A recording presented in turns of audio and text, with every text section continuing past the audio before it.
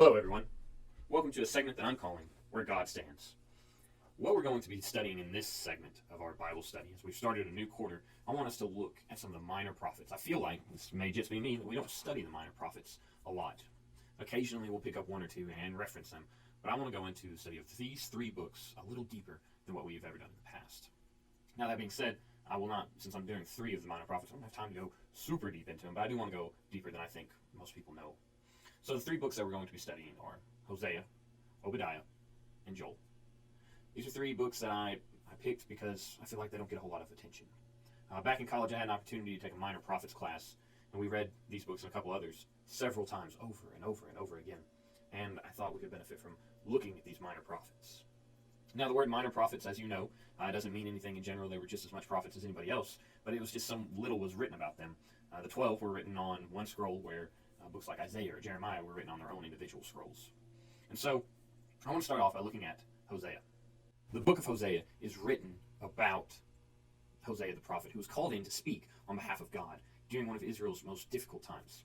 Now, Israel, or Ephraim, or Jacob as he'll call it in his writings, has split from Judah.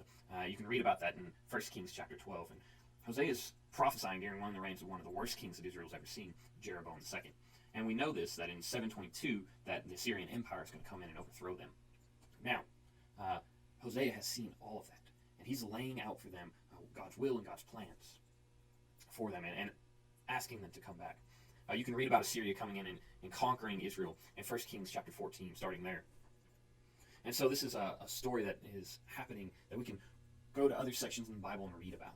I really think that's really interesting, how we can hold the Bible together like that. And so in this study, we're going to be looking at where God stands in all of this. And the question is, where does God stand? How does he feel about using Assyria? Or how does he feel about his people leaving?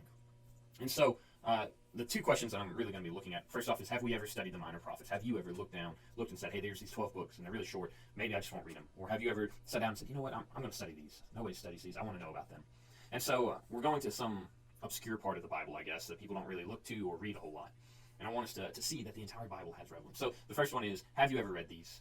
And if not, I recommend that you do. I really love these books. They present some insights, and they emphasize some points that I think need emphasizing.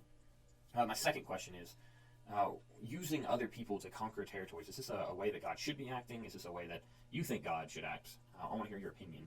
This is where God stands. Are you in good hands?